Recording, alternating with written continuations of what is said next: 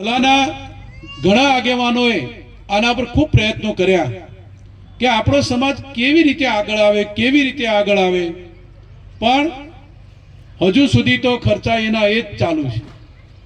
બંધારણો ગમે જેટલા બનાવ્યા, પુસ્તકમાં રહેલું લખેલું ત્યાંનું ત્યાં જ રહ્યું અને આપણે કરતા હતા એના એ કરતા રહ્યા।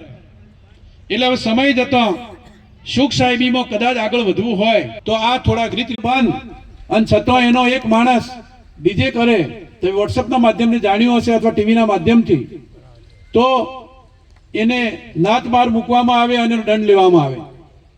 આહિર સમાજે બંધારણ બનાવ્યું, આપણે તો બંધારણ તૂટે તો 1000 રૂપિયા દંડ, 1000 રૂપિયા। આહિર સમાજમાં દંડ તોડે તો 25 લાખ રૂપિયા। ઠાકોર સમાજમાં એ જ પ્રમાણે।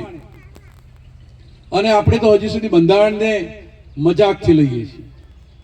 કેમ મજાકથી લઈએ છીએ?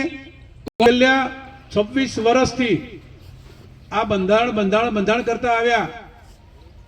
કેટલા વખત તો અમે સામે બધા આવ્યા કે ભાઈ આ ખીચડીઓ બંધ કરો, ખીચડીઓ બંધ ના થઈ અને મીઠા બફોરા ચાલુ થયા। ફરીથી મીઠા બફોરા બંધ કરો અને ખીચડી ચાલુ કરો, એની હમણાં ચર્ચાઓ થઈ।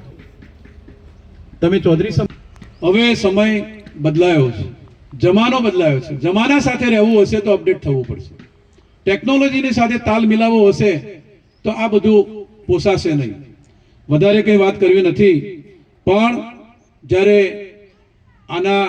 જ્યારે રાષ્ટ્ર, આખો દેશ જે એક પ્રમાણે ચાલી રહ્યો છે, એક આપણી માનસિકતા જે રીતે ચાલી રહી છે, એમાં આપણા સંતાનને શિક્ષણ આપવાનું છે।